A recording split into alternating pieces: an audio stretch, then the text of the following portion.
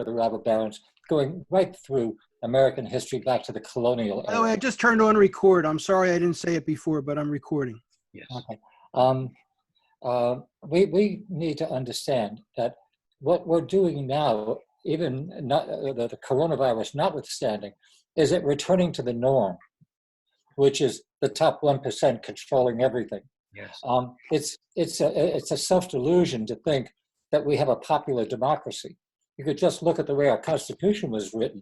It was designed to give the upper class a significant upper hand. I mean, the only institution of government that was created that was popularly elected was the House of Representatives, and you had to have money to be an elector.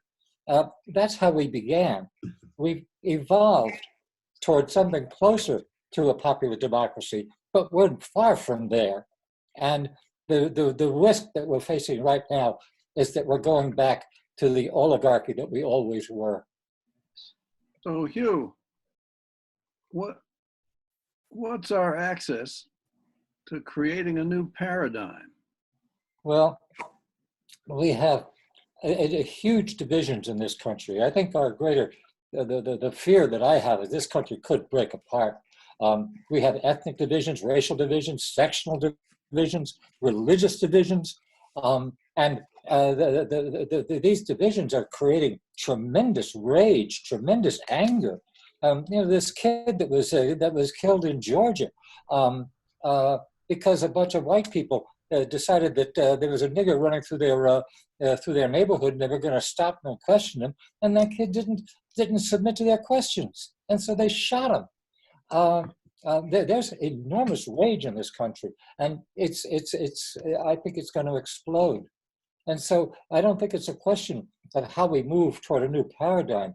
I think it's a question of how we find social cohesion in this country, how we figure out how we can relate to each other more effectively than we have in the past.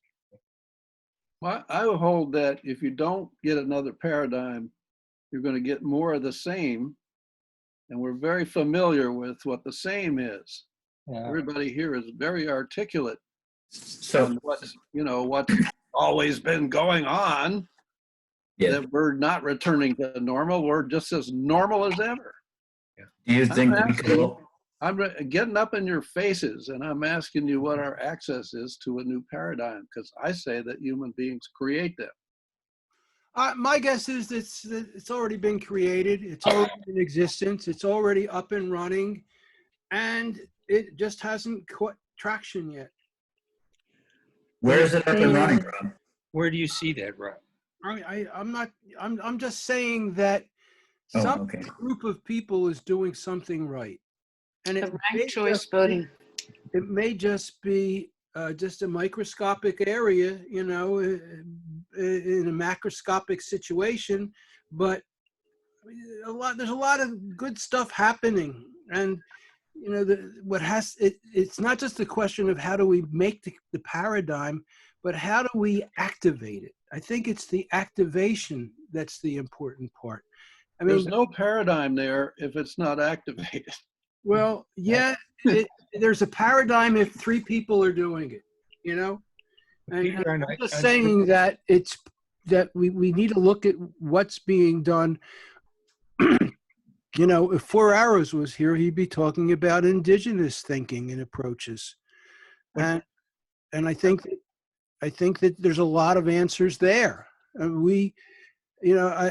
working on an article that is looking at how real estate is changing, and I think that hundreds of millions, if not billions, of square foot of commercial real estate for offices, for businesses, for retail, for hotels, they're going to stop being used. They're going to go vacant. And I think that that's a good thing. People are going to be commuting less, and there's going to be a huge amount less of that energy that's used to heat them, warm them, build them. If Katie was here, she'd be talking about the cost of building this stuff first, because that's a big part of the energy burden of anything that you're working with. Yeah, and the human cost and the damage to the environment cost. Yeah. So, On so a grand scale, do you think that the new paradigm, Peter, that you're looking for or asking about is breaking in with China? That China is introducing something that is more flexible, more coordinated to meet, for instance, the climate change dilemma. The United States can't do it because our economic system, the logic of it, has us divided into small parts of people making decisions independently, whereas in China, it's coordinated, and they're able to address problems even like COVID-19 in ways that we're unable to do.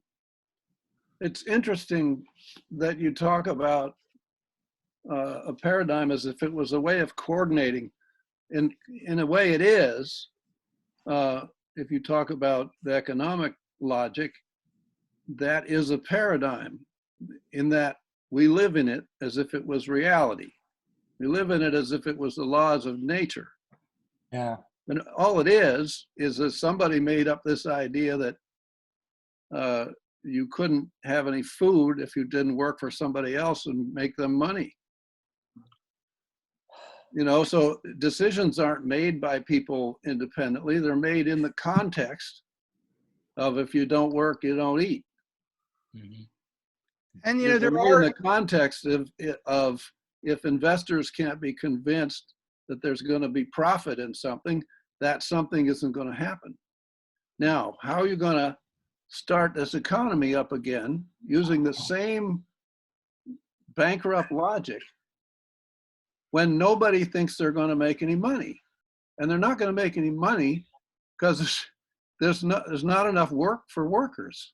okay, Peter, we need to let a lot of people get a chance to talk. I've had feedback that we should be giving people no more than like 3 to 5 minutes each. So we got to pay attention to how much time you take, okay? Good Anybody idea. want to respond to that? Yes. Well, I have a perspective. A paradigm is a set of assumptions and an accumulation of our cultural conditioning that kind of sets us on a course for a set of goals in our life, for a set of intentions, and the deep conditioning we've had with thousands of years of property ownership and hierarchy and control over others is our current paradigm.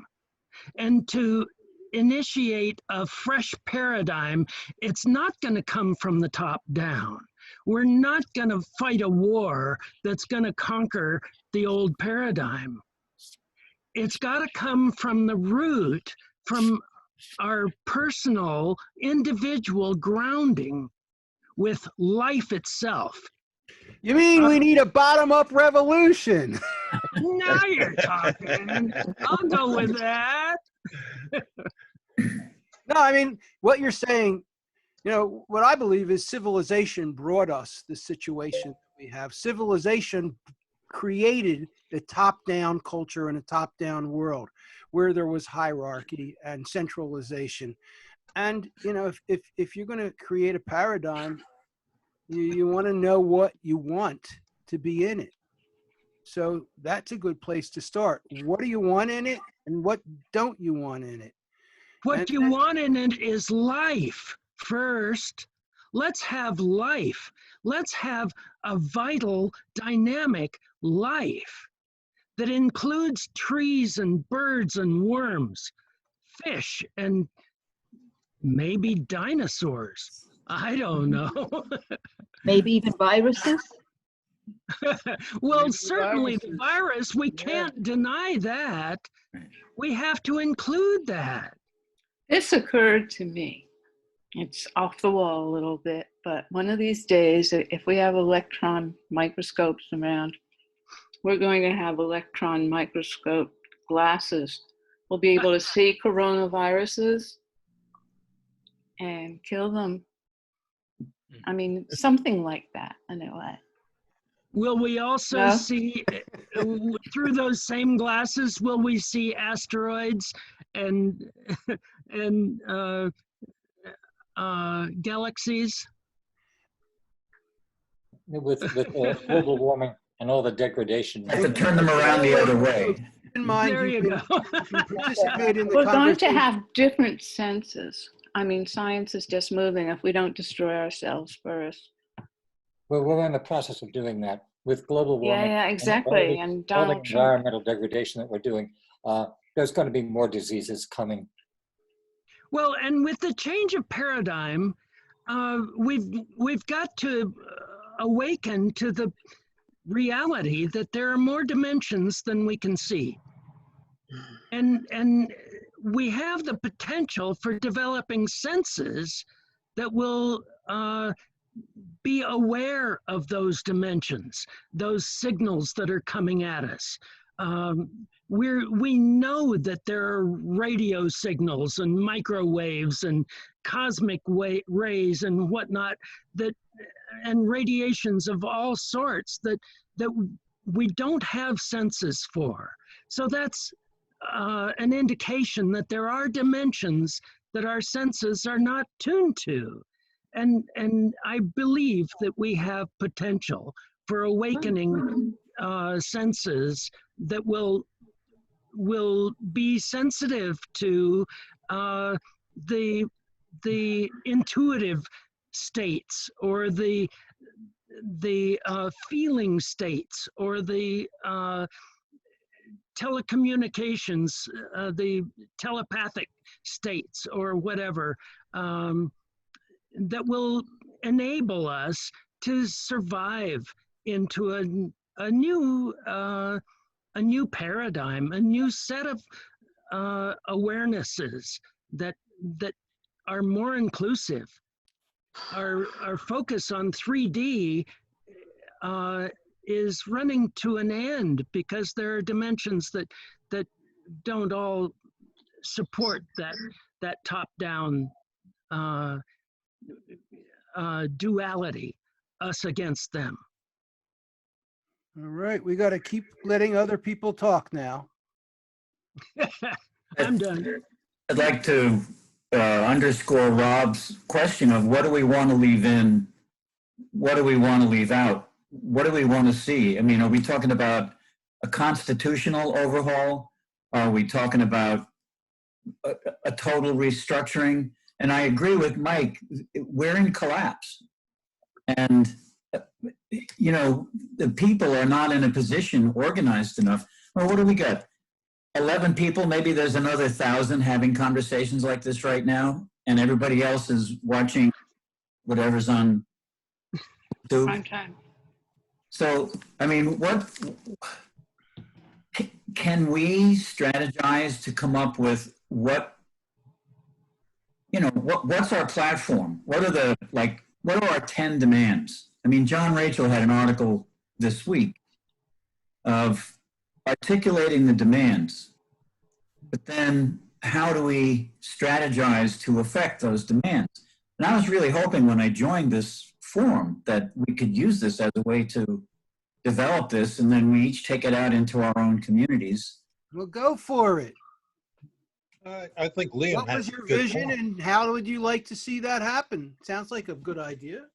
Yeah. Well, what if we were to each take 3 minutes right now and say, well, I don't know, I would need to prepare. I got a lot of projects on the stove, but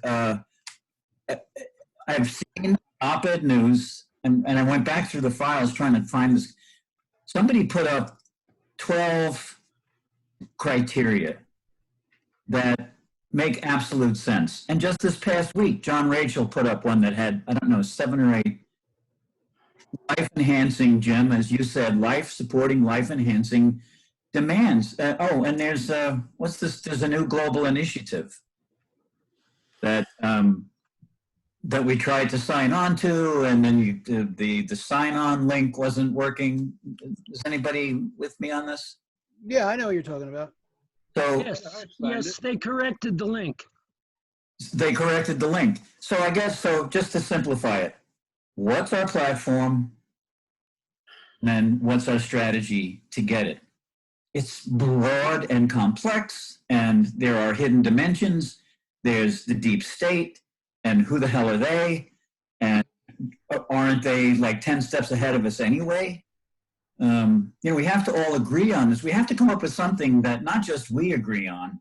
I have lots and lots of progressive friends who think that this conversation we're having is off the edge. It's conspiracy nonsense. It's all about getting rid of Trump. That's all they want to talk about. Right, exactly.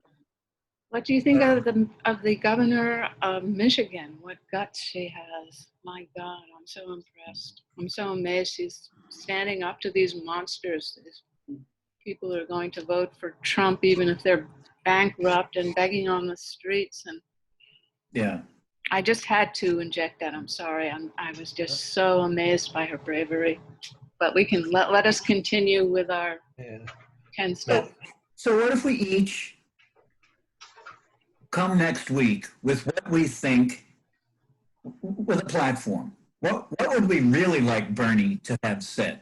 I mean, I like a lot of what he said, but I think, sure, incremental change. Well, no, I don't know about incremental change anymore. The change is coming through Providence, it seems.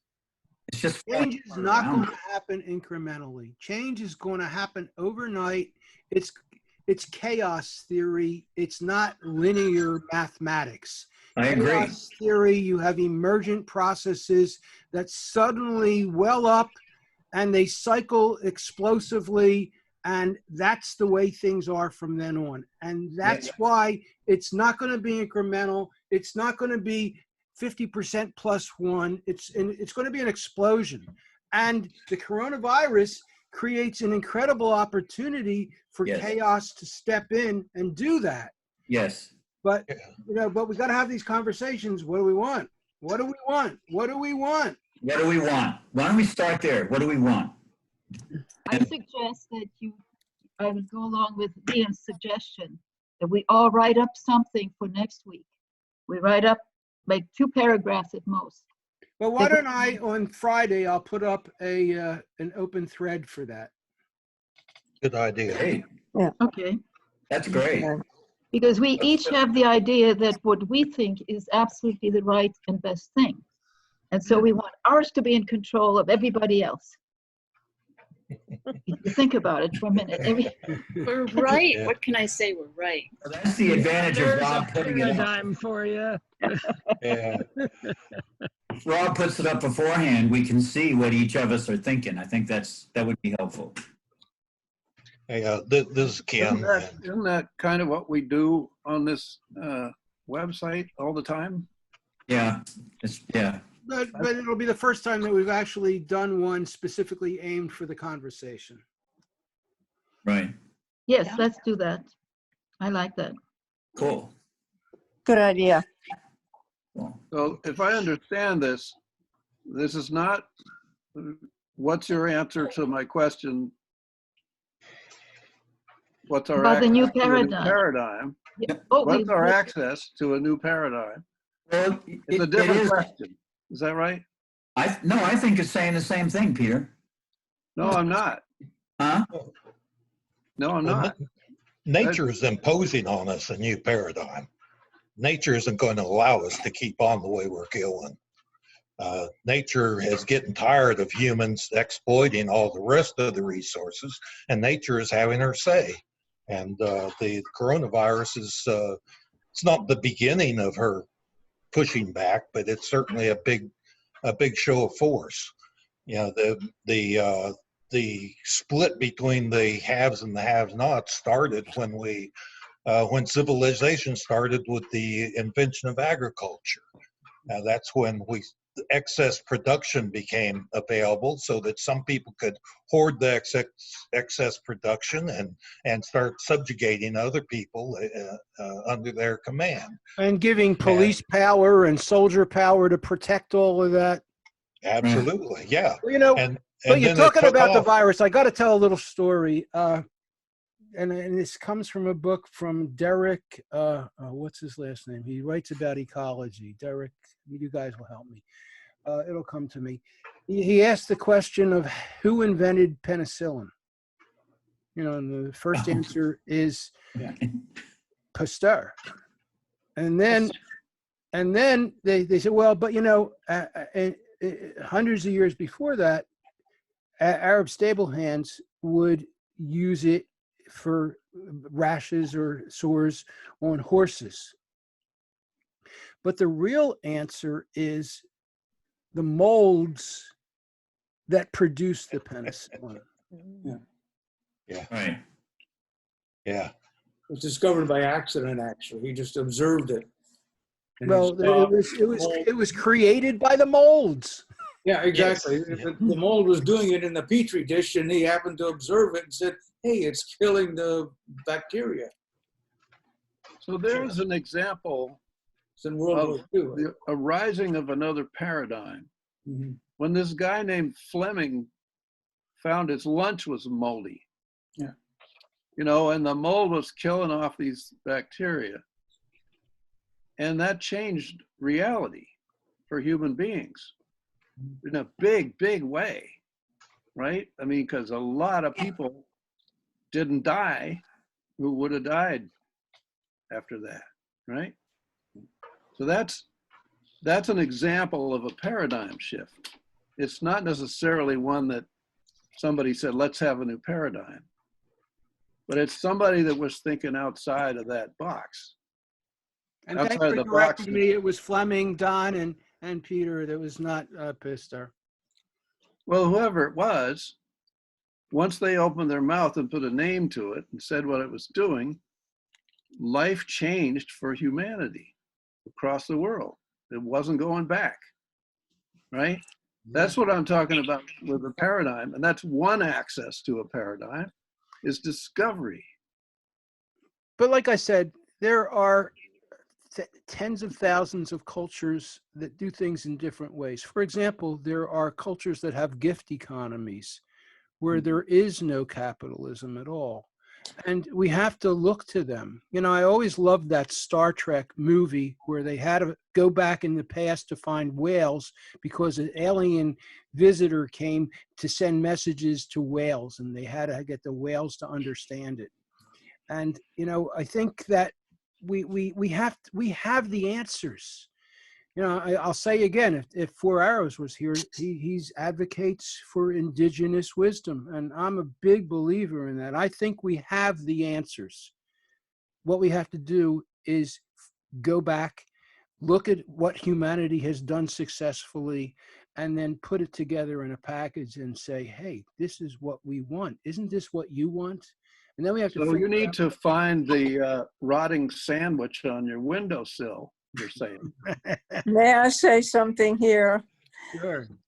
Yeah, I'm thinking about a paradigm that was very important many, many years ago, and it may be something to think about. I'm thinking about King Arthur and the Knights of the Round Table, and the myths, the values that they were trying to preserve and promote, and a whole literature came out of that. I mean, whether it was true or whether it was myth doesn't matter, really.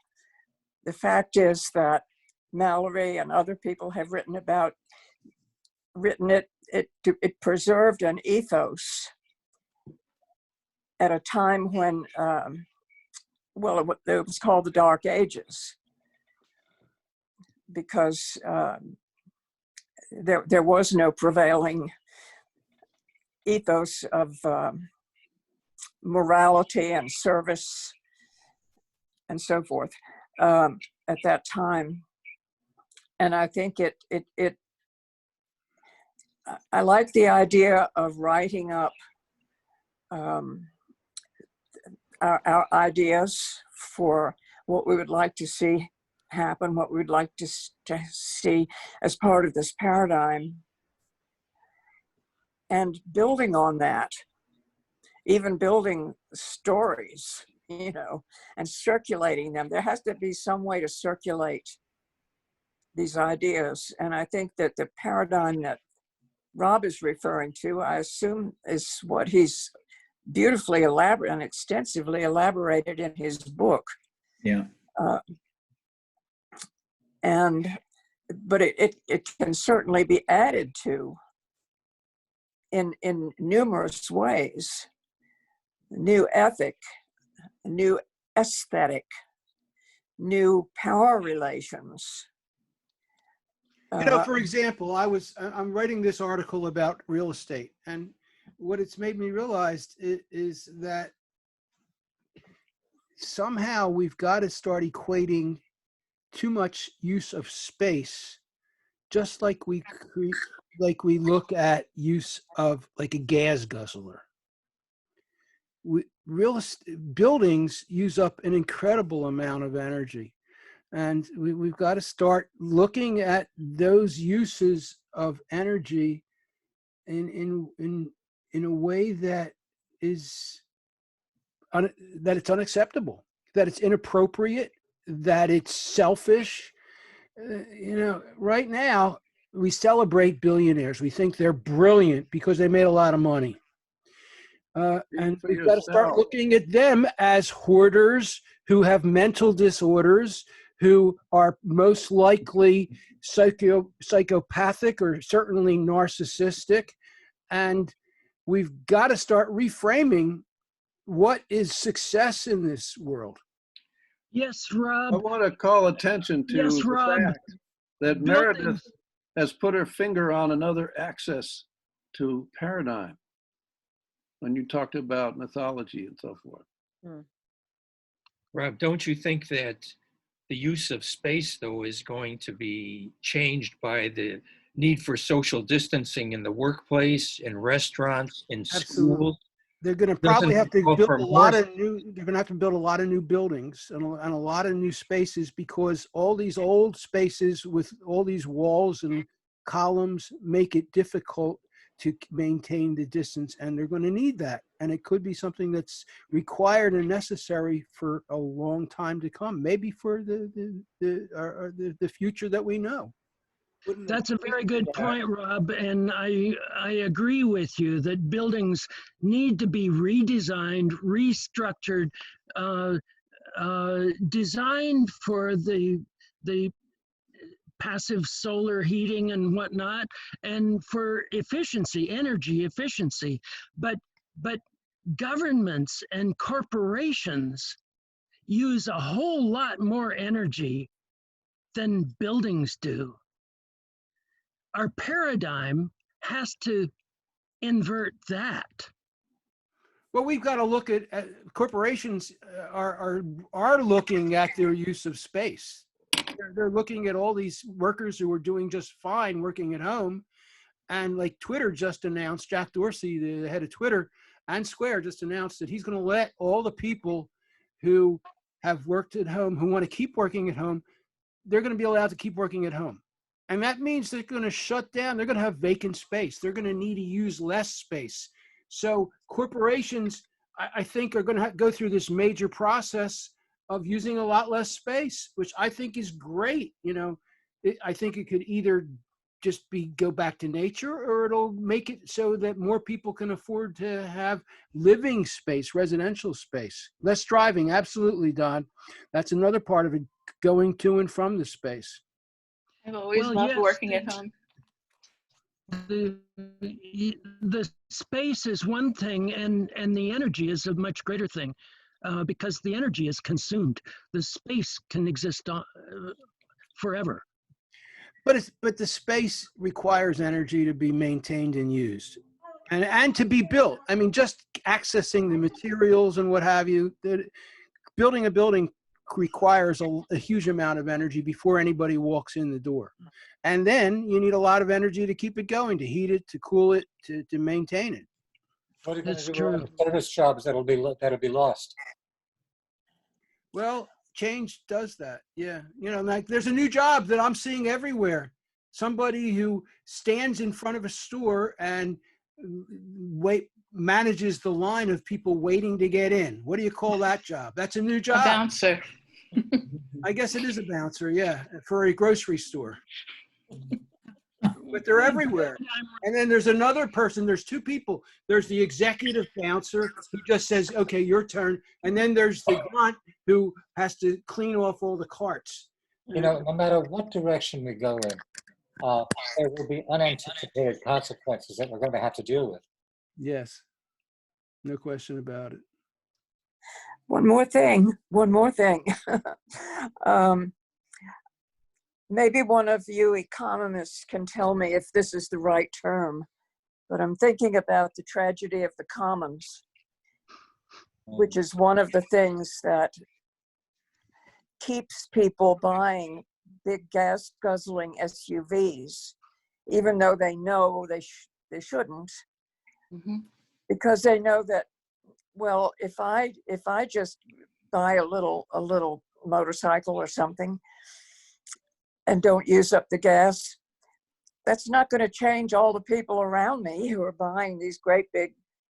So I might as well have what I want. You know, my single sacrifice is nothing. It's just a drop in the bucket. It's a drop in the ocean, and I can't change those other people. Would you explain what the tragedy of the commons is? What is it? Well, the tragedy of the commons says that if I'm walking through a park and I have some garbage I want to get rid of, I could just throw it on the ground because the park is pristine and is beautiful, and my little piece of garbage isn't going to disturb very much. And everybody thinks that. And so everybody comes into the park, throws their garbage down on the ground, and very quickly the entire park is destroyed because it becomes a huge garbage heap.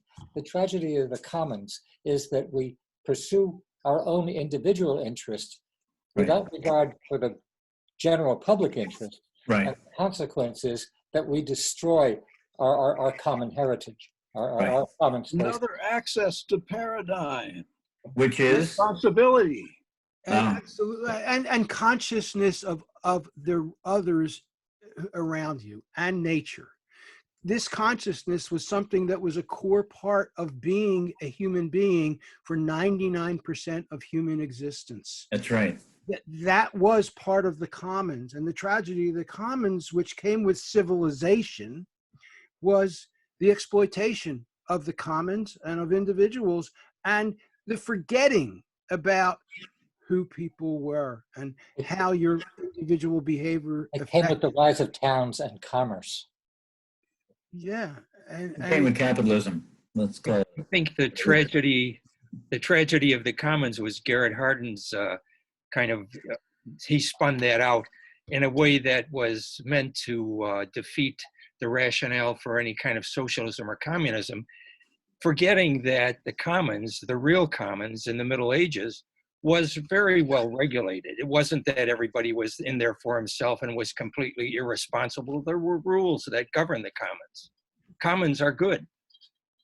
There's no tragedy there until capitalism came in, encircled those commons and turned it over to private enterprise, and then developed this kind of anti-commons ideology. There were feudal estates and feudal obligations. Yes. There were estates where people had rights, Yes. but that was just the top, maybe 5% of the population. The lower 95% had obligations. Mm-hmm. And so feudalism, there wasn't a commons. The feudalism was a very narrow hierarchy. Definitely top. Absolutely. The common in New England here, the common is just the place where everybody grazed their sheep. Yeah. Well, the state of Massachusetts is forests south of Massachusetts. And I mean, I think we understand what it is, it's the collective, a unified collective. Well, it's the air that we breathe. Putting up fences, and, your dog is barking too loud, I'm going to shoot him, or something. You know what I'm? There's some that would deny that there is such a thing as the commons. Yeah. I mean, Dick Cheney doesn't believe that there's such a thing as the commons. No. Yeah. But he doesn't even. No, but he's a criminal. Yeah, but he still has power and he still controls masses. Because You he's can't the ignore thug, those people. the bigger, badder thug than anybody else. That's got nothing to do with the common. He's the most scared little piece of shit I've ever known. Well, yeah, but you get the point, right? I mean, Yeah, what's he got to do with the commons? He's just a criminal. Yeah, I yeah, think he the is. right thinks about the commons as communism. And that's one of their Correct. core values and beliefs is anti-communism, anti-communalism. And, Yeah. and I think that's a big problem. Fortunately, it's only 28% of the population is Republican anyway. Yeah, but they hold an inordinate amount of power in our structure They sure do. Yeah. because money is all about, power is all about how much money you have. And as you get more money, you become more and more conservative because you want to conserve your money wealth. Sure. And that's not easy to do. No, I mean, when you accumulate a large amount of wealth, holding on to that wealth is a lot more difficult than earning it in the first place. Wouldn't know. Well, it looks like, Or you know, burning it. if you're standing on top of a heap of dollar coins, there's an angle of repose. It's steeper than that, it starts to slide, right? So if you're on top of the thing, you got to put more and more on continuously because it's way beyond the angle of repose, which is like the logical heap of money. So you're a busy guy, the more money you got. yeah, but as long as Actually, the I have- base keeps expanding, then the top can keep going up. Yeah, no, I have to disagree Oh, that's entirely. true. Can I get a word in, Rob? Yeah, Sure. I have to disagree entirely. If you've got a lot of money, you don't have to worry, it will make money for you. And that's what Thomas Piketty had shown in his book. That's only if you invest it well. And if you have that kind of money, you're not like us trying to invest and make the most you can, a big kill. What you want to do is keep your money above inflation. So you put it in super safe stuff. And as much as you can, you hide it offshore. And no politician in America will bring up that the offshore holdings would produce the exact amount of the deficit every year. You know, this is not a political issue. You won't be touched if you have that kind of money. Wow. If you're in the 1% of the 1%, then you're solid. Remember Bill why Gates' there's dynasties. partner? I forget his name now. He lost a tremendous amount of money in bad investments. Who was that? Billions. Madoff. No, not Madoff. Madoff with Bill Gates' partner, the fellow who started Microsoft with him. Oh, the other one from, yeah. Oh, yeah. Some of them do, but that's new money. See, that's the difference. Right. That's new money. And Right. those aren't the really wealthy people who have control in the country. And the really wealthy people never get publicity. And that's why, well, other than like the Koch brothers and people, of course, that people don't go in public. But that's why you talk about this, the few, how many, I can't remember the statistics, how many actually control 50% of the wealth in America? Who are they? You don't know. And you don't know where their money is. So it's very easy if you have that kind of money to preserve it and to get control in the government, which they're doing. So what's our access to a paradigm? Exactly. We need to cut through what's going on right now, which is Yeah. hideous. So the control by the Trumpoids. I mean, listen to yourself talking about something that's impossible to deal with. But we're the ones that Are you create talking to me, these Peter? paradigms. Are you talking to me? Yeah. I mean, It's not impossible to deal with. Oh, well, Oh, yeah. how do you get what? Okay, what's your wait, access let me to ask. the paradigm? Let me ask. You asked me a specific question, so let me answer. The way to get it is you stop having private corporations. Remember the Panama Papers? What it revealed? Yes. And the key is that all corporations are secret ownership corporations, okay? Throughout America, throughout Canada, throughout Europe. So you never know who the true owners are. And all you have to do is say, if you're going to incorporate a company, you reveal who the true shareholder is. Well, you're saying that all I have to do is that? That's all the country has to do. pass that Well- law, and then they can't hide their assets in the offshore. Got to take away corporate personhood. No, Yes, yeah. Absolutely. no, that's a distraction. You can't do that because you take away what's really the basis for our economic system. You don't have to take away personhood. What you have to do is make corporations, take away secret ownership of corporations. That's right. And that's the one thing you Talking don't about see in the media. taking away part of the But those paradigm. people would never allow it. Yeah, Well, and exactly. That's what they want to fight. So This what is like they've taking done, changing a tire while you're driving. Hmm? This is couldn't like hear. changing a tire while you're driving down the road. How are you No. going to do that? Very good. There's, no, all you do is say, you've got to reveal who the true owner is, because what they do, Who's going to do that? well, that's why you need a law. That's why we have law. Well, Okay. well, They've done it. I absolutely What's our access? agree with that. I would take it Done one in step the further. EU. Yeah, go ahead. I think that we ought to allow a corporation, pass a law that says a corporation cannot own another corporation. A corporation has to be a standalone entity. And I don't have any access there. None of that is any use to me. I can't do any of that stuff. Well, oh, maybe you great haven't stuff. thought it through. Yeah. I don't know why was you would say totally that's of no right. use to you. I think that those are good ideas. Yeah, but I can't do them. No, yes, you can.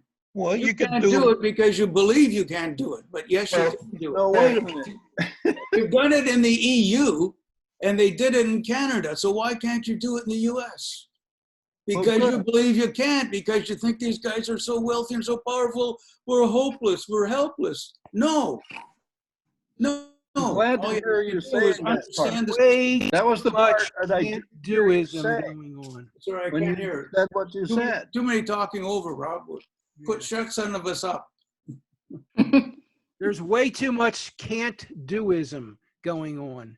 And first part of the paradigm is believe that anything that we believe and envision can be done. How's that for the Right. beginning? Now, It makes us walk away very happy, but what are we really going to accomplish? yeah, so I would Rob, like to. do you I The would get thing like you to- do is think. Think. Yeah, well, thinking is good. We have to materialize the good results of it. I was wondering whether Jan had anything else to add, because he was. Well, I think that this shows the problem is that, and this is what the editor of the US version of Financial Times said that the elite have kept how the system works from the average voter, so that the people here don't know how offshore assets work. That's Well, right. in fact, I don't want to, I shouldn't go for it. They don't know how offshore assets work, so they don't know how to stop it. So in a way, Peter says it's not useful to me. It's because I'm sure you've never seen how they're done. But once it would be exposed and you see how they do it, okay, then you know how to stop it. But that sustains Okay, a lot I of gotta lawyers and say, a lot of I'm being- economists. I'm being misrepresented here. Yeah, I would. Somebody has switched me to the other side of an argument. I was taking Jan to task for proposing something that is impossible to do from where I sit. And then he accused me of not believing in it enough. So then he said the part that I'm interested in, which was an access to paradigm. You said that, and Rob said there's too much can't do and stuff like that. Yeah, we're zeroing in on another access to paradigm, right? Which is the way that we speak about stuff. So I want to reconstitute myself over here where I'm saying anything is possible. But you just said something was impossible. He's been converted. No, I did not do that. Well, we've got the tape, so it'll show. You did. Uh-oh.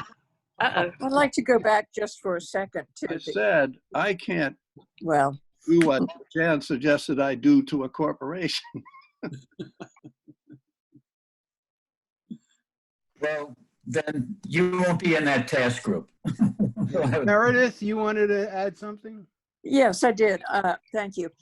I just want to go back to your suggestion that we all submit in writing on opednews.com our ideas about what this paradigm, what we would like it to look like, and on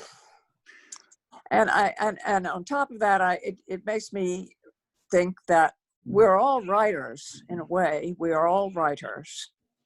We have that ability, and we can build on that, in writing books, in writing articles, brochures, and I know many of us are doing that already or have done that. And that's how ideas get disseminated. I mean, somebody last time, I think people were saying, well, what happens if when the whole internet goes down and it's crashed and so on? Well, there've always been books. There've always been books and brochures and newspapers and things like that, circulating one way or another. And I think that we could start even write short stories that illustrate, the kinds of things we're talking about. Write up some of those myths that illustrate, like King Arthur myths. That's those kinds of things that envision a new world. Anyway, that's it. That's what I wanted. Speaking of myth, Hades' jaws have opened up and all these monsters have emerged on Earth. That's what I'm talking about. Those Trumpsters, they're so scary and they're so uneducated and just in their own cosmos. We've got to, how do we deal with them? How do we get them to crawl back in the woodwork or else educate themselves and join us? And another monster that you make me think of is the surveillance state. Oh God, yeah. That knows that they're all seeing eyes, all hearing ears, that. I know not many people would agree with this, but it strikes me that we already have all kinds of myths and stories that people know by heart. And I'm referring to the Judeo-Christian tradition. These things are going around in people's minds, and it's a reference point for many of us, but they've been interpreted by the far right in ways that distort those myths, changing them from something that's empowering and liberating to something that's enslaving. But we already have a whole set of myths that everybody knows. That is a shift of paradigm, actually. Yes. It would be. 2,000 years after he said love one another, we're still hacking each other's heads off. And like, can't thread Donald Trump through a camel's needle's eye, or what is it? Yeah, no, he won't fit. Peter, I'm just the advent of industrialization, we've been able to make industrial-sized murder, industrial war. Yeah, we just got to get past those monsters. We have to be St. George, or Perseus, one of them. Well, one of the myths is the monsters are within us. Pogo, remember Pogo? We have met the enemy and it is us. It is us. So that's another aspect of myth, and what Jim was talking about, intuitive work and inner work and all of that. But Peter, I'm just beginning to understand what you're talking about new paradigm and what's the access to the new paradigm.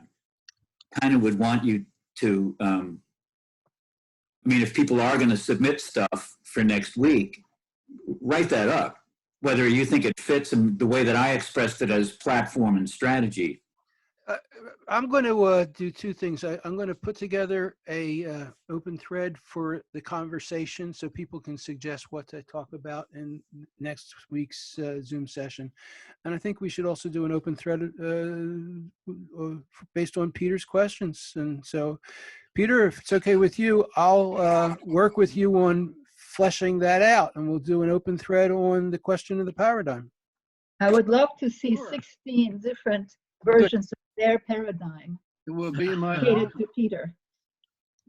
And how does the new paradigm connect with myth? I mean, if I've missed this already, excuse me, but here I am falling back on myth. Well, I've been saying over and over again, Martha, that the answers we need, we already have. We just have to put them together, find them in the hundreds of thousands of different human cultures that already exist. That's what you're talking I about. want to piggyback on that, Rob, to say that, you know, children ask questions assuming that there is an answer to what they're asking. And I'm asking questions assuming nothing. I don't ask questions knowing the answer or knowing that there is an answer. Yeah, great. And that's an important difference, especially if you're talking about paradigms. So the Well, paradigm is the water that the fish swims in, and the fish isn't aware that there's such a thing as water. But why do you ask about the emergence of a paradigm? What's your motivation? I ask about access to the paradigm. And I'm Define that. suggesting that Yeah, human define beings that. create the paradigms that we live But in. why? Why are you asking about access to a paradigm? What's your motivation? Well, personally, it's because I think the one we have doesn't work, and we're going to all be extinct. The Anthropocene. he wants to save the world. I look at the need for a paradigm, and I believe that the paradigm is there waiting to be fleshed out, waiting to be given life, waiting to be given energy. And it's there, and it's going to happen. Now, I don't know what shape it's going to come in, but it's going to happen. So there's a difference between you and me. You don't necessarily believe it. I do. I believe that something's going to happen. I think that paradigms don't really care what we believe. They don't respond to what we believe. But anyway, I got a lot of writing about this stuff, and I'll put some of it together, not too lengthy. Yeah. You know, everything that we're discussing about paradigms derives from the Enlightenment thinkers. What we're confronting today is what post-Enlightenment thinking is going to look like. It's here. You mean the new dark ages? Is our new paradigm happening in Detroit, Michigan right now? The standoff between Trumpers and the civilization. That's The right. Capitol building symbolizing civilization. We're talking about corporate feudalism. I see some hands up from Kenneth and Marilyn. Do you need to talk, either one of you? Hands up. Yeah, I have something to say. I was just putting my hand up, waiting. I have two things. One is I appreciate the reference to myth, and I would like to say that in the Sir Gawain myth, which is the famous one, where the question is asked, what does women really want? Which might be rephrased as, what does the feminine really want? Or it might be rephrased as, what does Gaia really want? And so I'm not going to go through that whole story. I recommend you reading it, but the answer to the question has to be found in order to save King Arthur's life. So in order to save This is the Grail myth, too. What? This is the Grail myth. Yeah. Yeah. We're in the Green Knight? Huh? In the Green Knight you're talking of? The Green Knight was involved. Yeah, what happened was, King Arthur trespassed on the Green Knight's land, and the Green Knight found him and said, "You're going to die unless you answer this question, and you have a year." And the question is, what does woman really want? And so he sent all his knights out, and nobody could find the answer. And then Dame Ragnell, who is this old, awful-looking, stinky, farting, witch-looking person, said, "I have the answer." And they're like, "Oh, great." And she says, so all you have to do is let me marry one of your knights. King Arthur says, "Oh my God, I'll just die." So, You know who made that myth up? so, Is this a true story, or did you just make this up? No, it's true. It's true. Is this an it's one of the incel grand joke? legends. And Truly so, a myth. well, a myth might be the greater truth. So, So Sir Gawain says, I'll marry her to save the king, because he's the one that's the, the responsible and compassionate one. And King Arthur says, no, I can't make you do that. And he said, yeah, I'm going to do this. We don't want you to die. So, so he marries her, and on their wedding night, she says to him, so guess what? I'm under a spell. And half the time, I don't know. He turns around, he's taking off his shirt, and he turns around, there's this beautiful woman there. He's like, oh my God, what'd you do with my wife? And she said, that's me. She said, I'm under a spell. Half the time I'm a beautiful woman, and the other half I'm the witch. And she said, and you get to choose. I can be the beautiful woman in the daytime and the witch in your bed at night, or I can be the witch in the daytime and the beautiful woman in your bed at night. Oh, that's perfect. Yeah. Story of my life. So what's the right answer? So Sir Gawain had the right answer. And it's the answer to what does woman really want? And he said, I can't make that decision for you. That's got to be your decision to make. And with that, the spell was broken and she was beautiful all the time. So what's the message? Well, so the message, I think, is that a lot of what's going on with women right now, we have a lot of, Me Too rape stuff going on, while Gaia, the earth, is getting raped. And so the pandemic comes along and everybody has to stop and breathe a minute. And meanwhile, our earth is she's just renewing herself in absolutely record time. It's unbelievable. Amen. Yeah, who thought that a couple of weeks, really, of people, not being idiots would turn the whole earth around. So part of that Grail legend is that Gaia, the feminine, wants to, she needs to have dominion over her own arena, just like women. We need to have dominion over our arena, which is our bodies. So that's, there's other things besides that, but certainly over our bodies.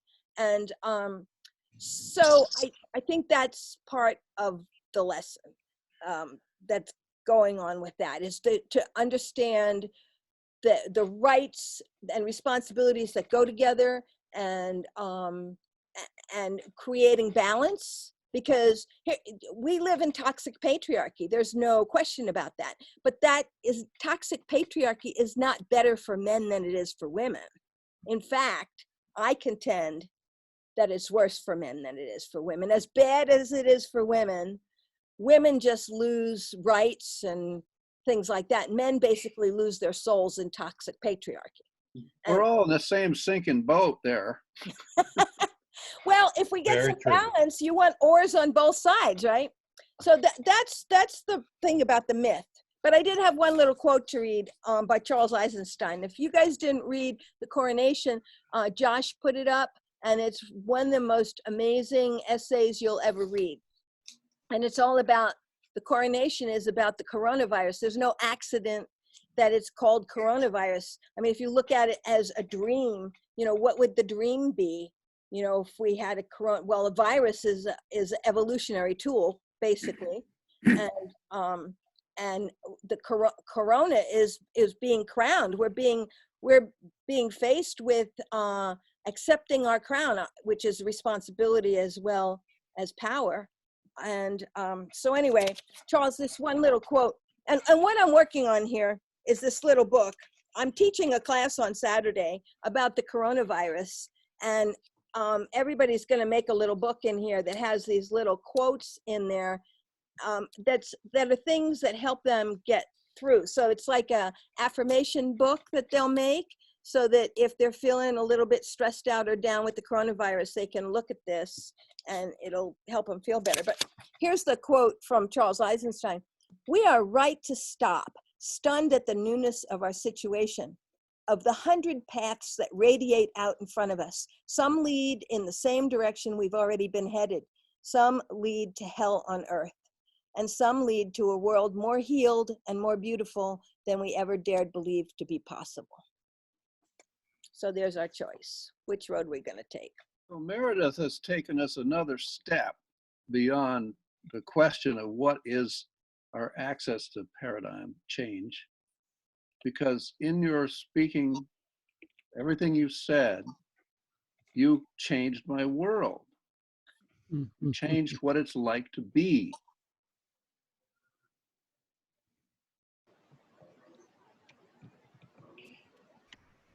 So how do you like those apples? I think it's cool. So, well, I'm glad something I said was interesting to somebody. I always Very love interesting. examples of you know, the thing itself rather than some sort of a description. You Could love you read what? the last sentence again, Merlin? The last sentence of your quote. It's about the paths and where they lead, and the last one is, and some lead to a world more healed and more beautiful than we ever dared believe to be possible. We got to find those. Is the coronation an essay on op-ed news? It is. It's by Charles Eisenstein, and I have read Charles Eisenstein before. He is just unbelievably amazing. But I hadn't seen this, but Josh put it up, and it must have been about a week or two ago. Yeah. But you want to keep an eye on this guy. He's an amazing thinker. Josh, who? Oh, Eisenstein. Charles Eisenstein. Josh Middledorf is who posted it, but Charles Right, yes. Eisenstein is who. Eisenstein. Yeah. Yeah. And what was the article, Marianne? You remember? Maryland. It's with Coronation. Sorry. it's called The Coronation. Oh, okay, I saw it. Right. Okay. So, and what I'm bringing into my work is things like, you know, what's a corona? I mean, a corona is the light that comes around the sun. And what is a coronary? Coronary has to do with the heart. Yeah, so maybe we're having an attack of the heart so that we can feel compassion. I love this. Do you see the power of language? And the power of a woman. Yeah, it's Yeah, symbols. you know, that in the mythology, the woman is the one who named everything. Well, in mythology, it was the woman who was in power. Except for Fleming, who named penicillin. Women named everything else. I won't say what's going through my head right now about that invention. So anyway, so yeah, I highly recommend. Yeah, I get that. I know what's going through your head. The first 5 letters of it. That's why a man would think of that. We are all committed to our own habits. There's a guy who lives in my apartment building who is dying. He's overweight. He's now in a wheelchair. He can't walk anymore. He's a mess.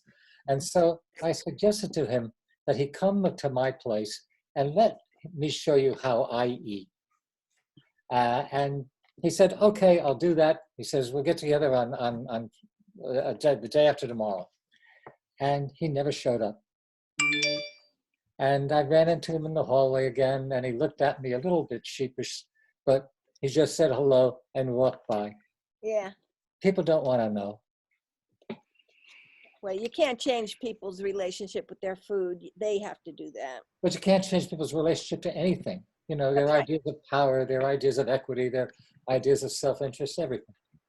It's that Dorothy Parker line about use the word horticulture in a sentence. Well, Ayn Rand certainly changed a lot of people's minds in the wrong direction. We need an anti-Ayn Rand, Ayn Rand written Maybe up. just ignore her. Yeah. Well, It's amazing how famous she became and how quickly she became famous. She is like the typhoid Mary of narcissism. yeah. Well, that's right. But there's a lot of people who jumped on her, who she was a magnet. But paradigms are not automatically a good thing. even if we Okay. create them. But notice Ayn Rand, remember, that's not her real name, and I can't remember it. I don't know if anybody remembers it, but it's a long Russian name. And here you have a Russian atheist, okay, who comes to Hollywood, hires a Hollywood image consultant, helps her with a new name, helps her with dress, her hairstyle with a slant, gets her to hold a cigarette holder, talk with a Russian accent against communism, and she becomes famous. But if she used her real name, you know, Rosa something or other, Blumenstein or something like that, nobody listened to her. Yeah. So she was an example of the thing itself, right? Yes, exactly. Exactly. Wow. All image. She's one of the most disgusting people in modern history, as far as I'm concerned. She has been just a toxic disease, really, just awful. But remember, she stood beside Greenspan when he was inaugurated as the head of the Fed. He was her lover. Huh? He was her lover. Yeah, that's I had heard rumors about that. But he sat at her feet when she was writing Atlas Shrugged. This is so great. I've never heard that. Oh, yeah. You can't make this stuff up. He's married to an MSM person, Andrea, what's her name? That, Oh, Andrea Mitchell. Yeah. Yeah. Guess she doesn't inspire him.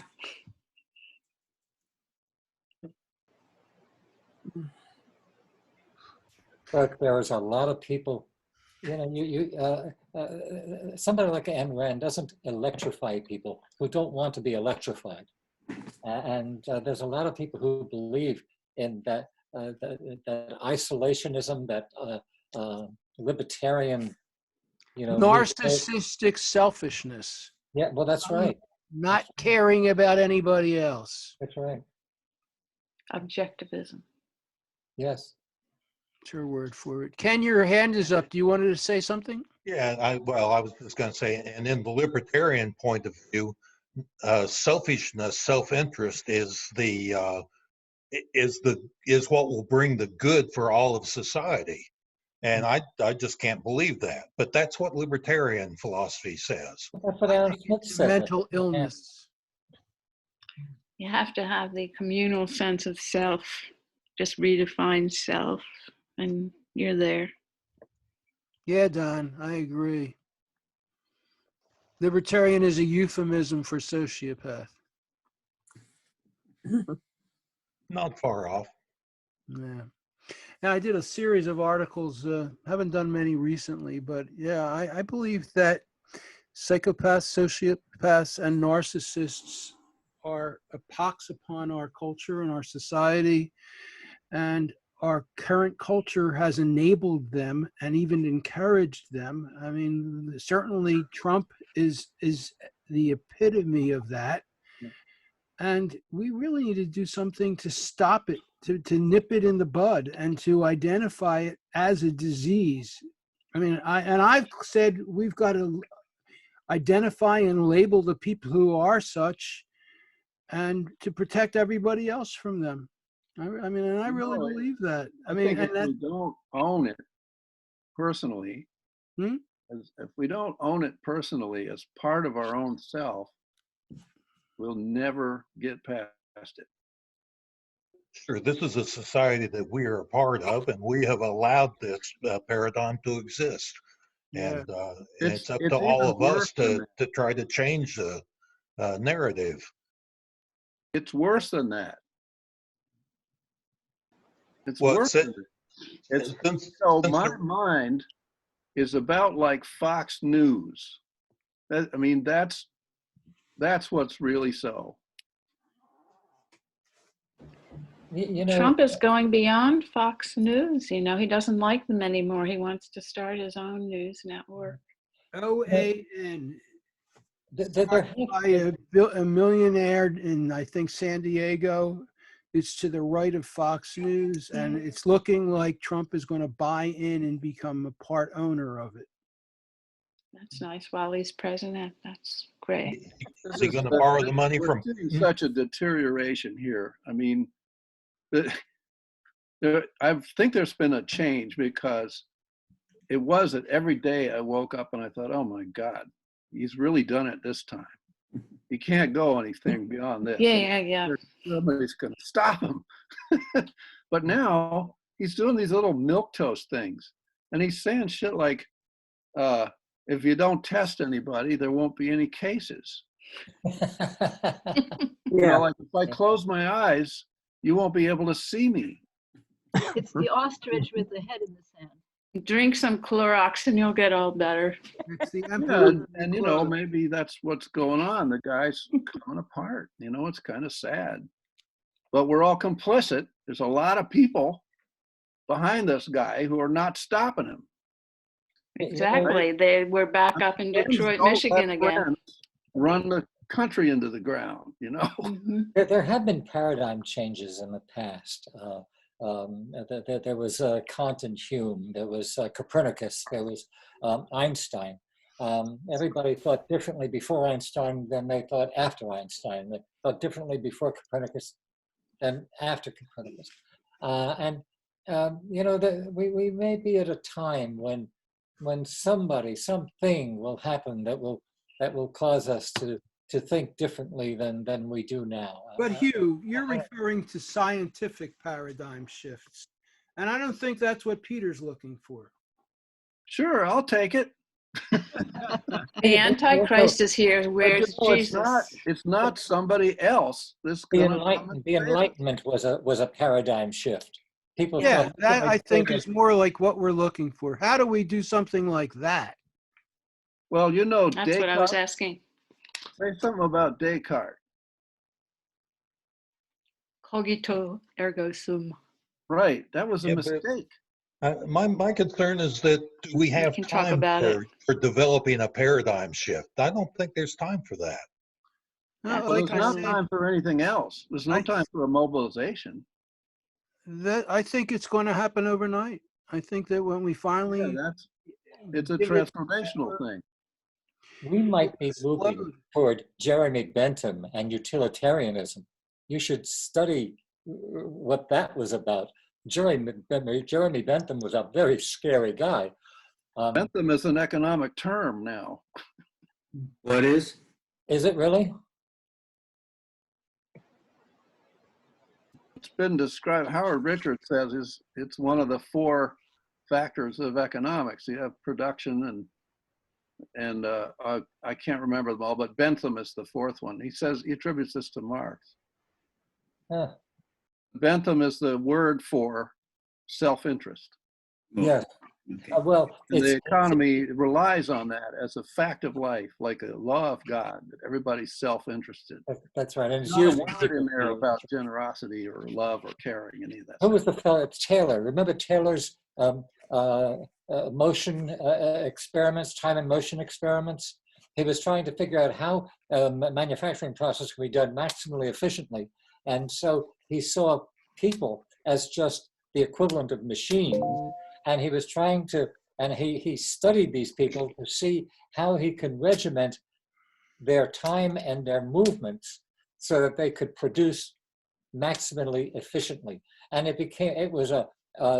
Taylor was his name, and he was a very popular thinker at the time, and a lot of corporations, a lot of businesses flocked to that, but he was very destructive, created a lot of problems. The philosopher that I think people should read is Peter Drucker. I don't know if any of you remember. But you know, Taylor resulted in one of the best comedy films ever made. What was that? Why Peter Drucker, Hugh? Peter Drucker was a philosopher of business, and he's written many books.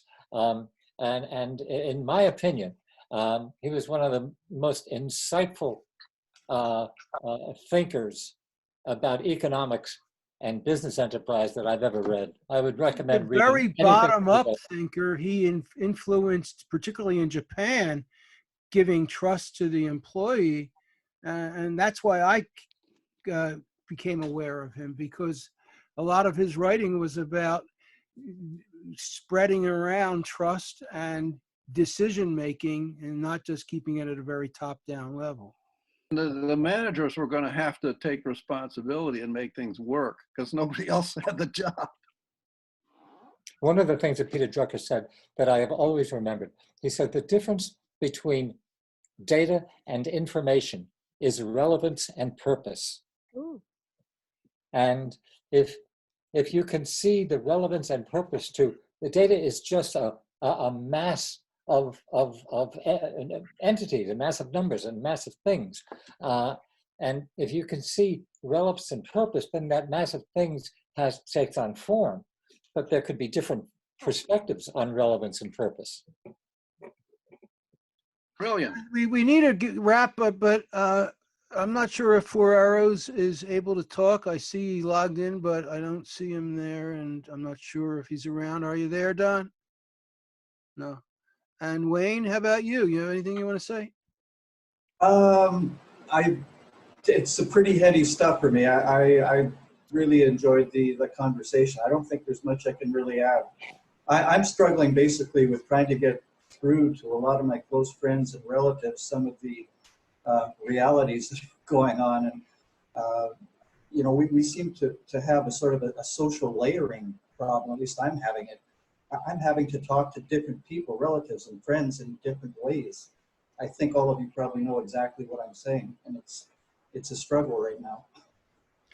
Yeah, I can't talk about a lot of stuff with some people in my life, close friends, even my brother who loves Trump. But, yeah, I mean, you got to do that. You got to, you know, there are people who haven't made up their mind, and they're the ones you have to talk to.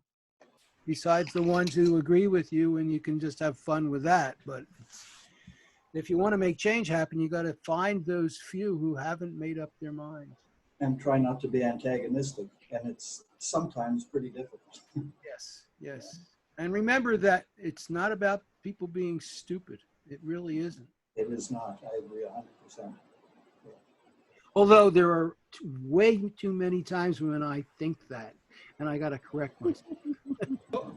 If it's not being stupid, is it because they're brainwashed? That's what I often say.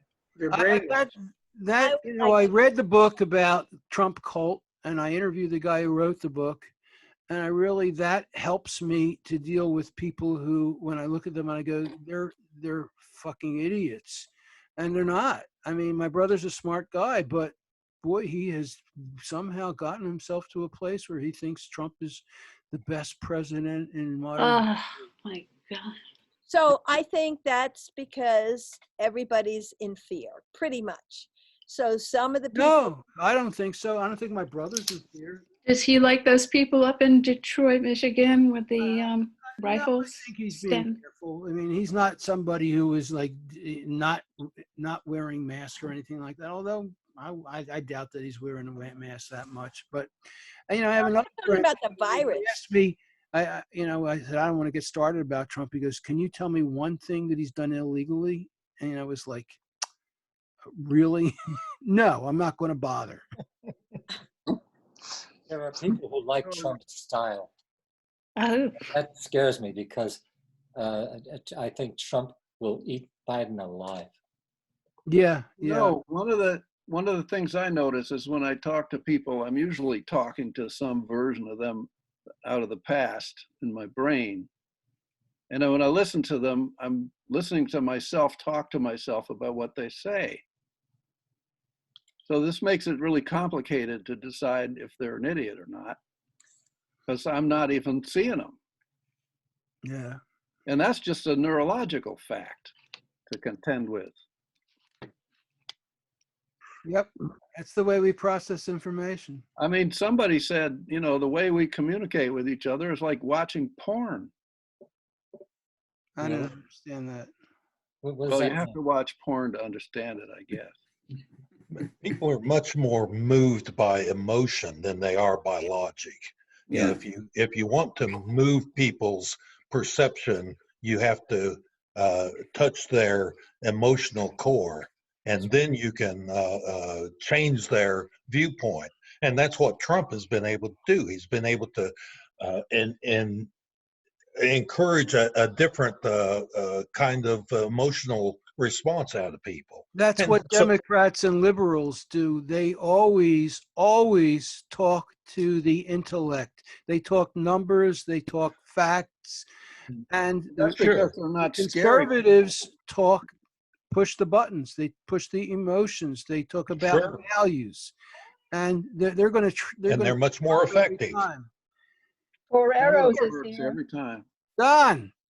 Yeah, I wanted to say that, and I discussed this with my member of Congress just today, that somehow the Republicans and Trump are able to exploit and take advantage of anger. When when progressives try to do it, it comes off as harsh and whiny, or the Republicans are able to express it that way. They come like they're whiny. Progressives are whiny. They're wimpy. They're complaining. They're jealous. But Republicans are able to take the anger and do outrageous things, and their supporters laugh at it and cheer them on. So I saw an internet meme saying, when Republicans go low, we shouldn't go high. We should go low too and fight them. But if we do that, I don't think you can't beat Trump in anger and being low. He's going to win if you try to fight on his terms. But so basically, I think Democrats and progressives are bullied by Republicans, and if like impeachment, the Democrats tried to impeach him, the Republicans just bullied back and won. And I think it increased the Republicans' support for Trump, because now Trump is a martyr. Yeah. It's a tough situation. We got to wrap, but Don just signed in, and I would love to hear what's up with Don and what Don's thinking about 4 arrows. That was just me talking right now. No, I'm talking about Don Jacobs, 4 arrows. Different Hi, Don. everybody. This is a Sunday night. I have my Rethinking Everything class, and we talk about counter-hegemonic thinking. And it's amazing that doctoral students, they're all doctoral, candidates, how little they know about counter-hegemonic phenomenon, about what's happening, and it's an unusual class for them. But I guess it's in closing. If you guys are closing, I don't want to take much time. I just got an article from somebody that was, I guess, a frightening article, saying that we're screwed. The wealthy are taking everything and leaving all the other people behind, and that kind of stuff. What can we do? This is from a colleague of mine, right? And I just real quickly, while I was teaching the class, just wrote down. Stop contributing to the businesses of the ruling elite, as they're we're not just giving them profits, but we're most likely allowing them to damage the planet further. Teach decolonization to more and more people so they can recognize the problem and join in mitigating it. Create your own food secure community with as many collaborating as possible, while each individual do the same thing independently. Keep resisting at every turn. Have meetings like Rob is doing. I didn't actually put that in there, but I was thinking of it. Never stop seeing the beauty all around. Be fearless, even of death, and help others when possible. They just came off the top of my head, and I just sent it off. So I hope those work for you guys. I love that. Yeah, I'm talking up another access to paradigm change right there. Its name is 4 arrows. Any update on what's happening in is it North Dakota, South Dakota, where they're blocking the access for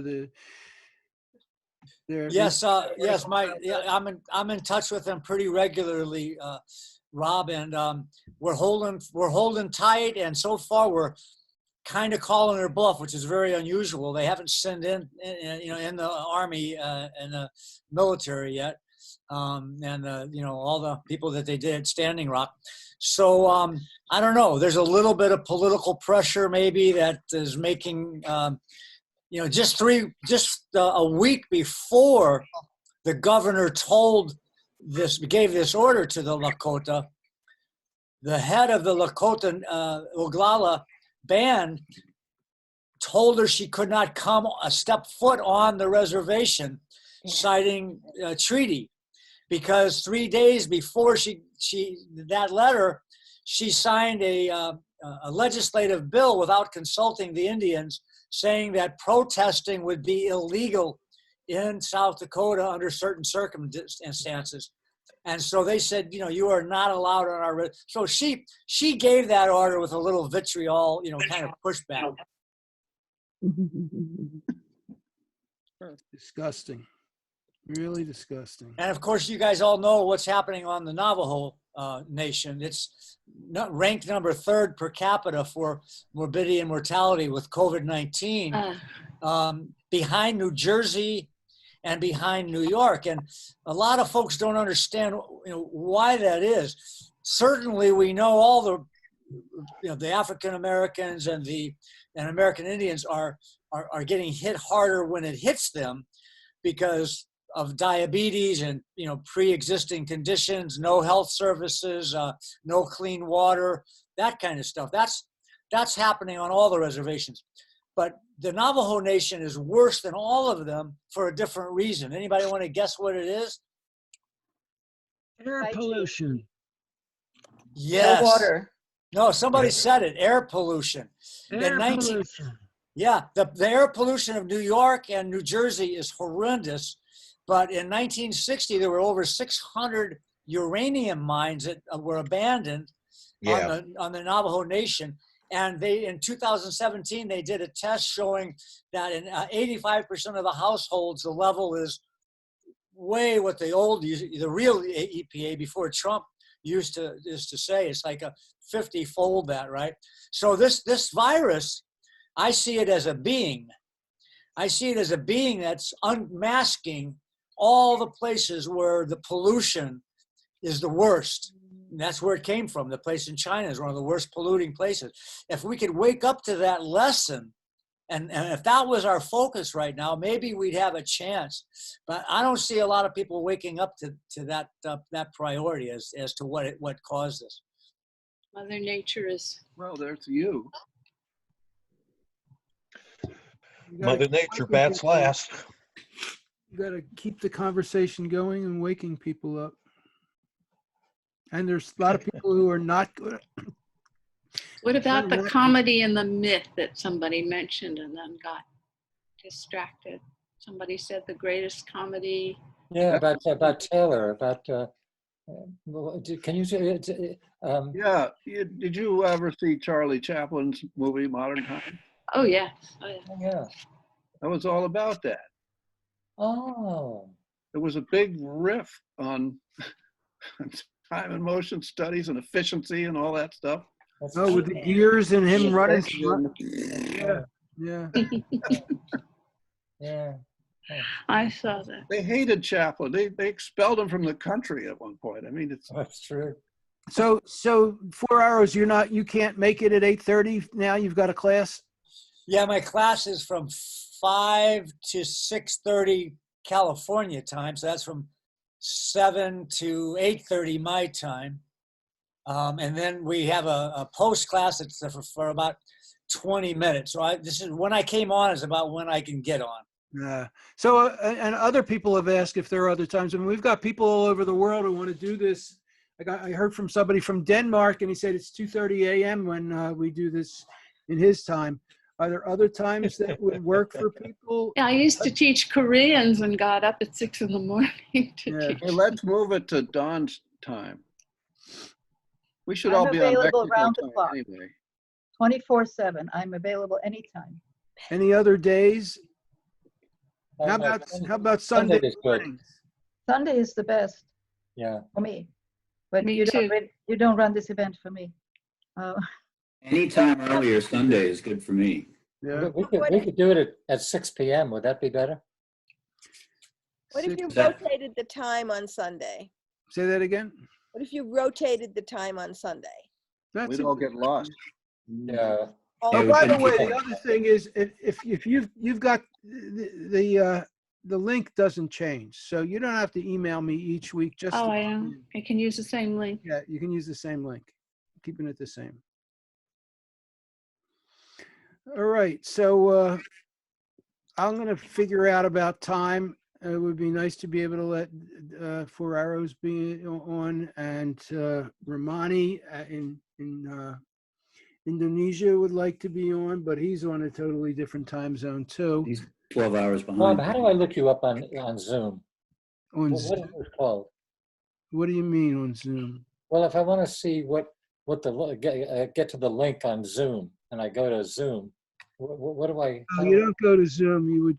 I'm putting it up on my channel on YouTube. So Rob Call Bottom Up Radio. I'm putting it there. And I've been. Today. I just did it today. I should have done it way before, but I put up last week's today in that diary announcing it. And anybody have any suggestions on how to do this better? I'm wide open. I'm no expert at this.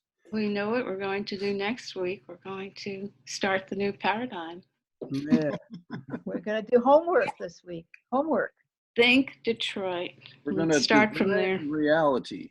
right. So think going to wrap it up now. We've been going for over an hour and a half. Be safe out there. Be healthy. Continue sending out the email with the link. I right? will. I will. Okay. All right, you all stay safe and start your own garden someplace on your roof or something. There you Yeah. I've been working on mine. We got A lot of digging. Il faut cultiver votre jardin, right? Who said that? Okay. Bye-bye. Bye-bye. Bye-bye. Thanks for everybody's great input. Thank you. Thank you.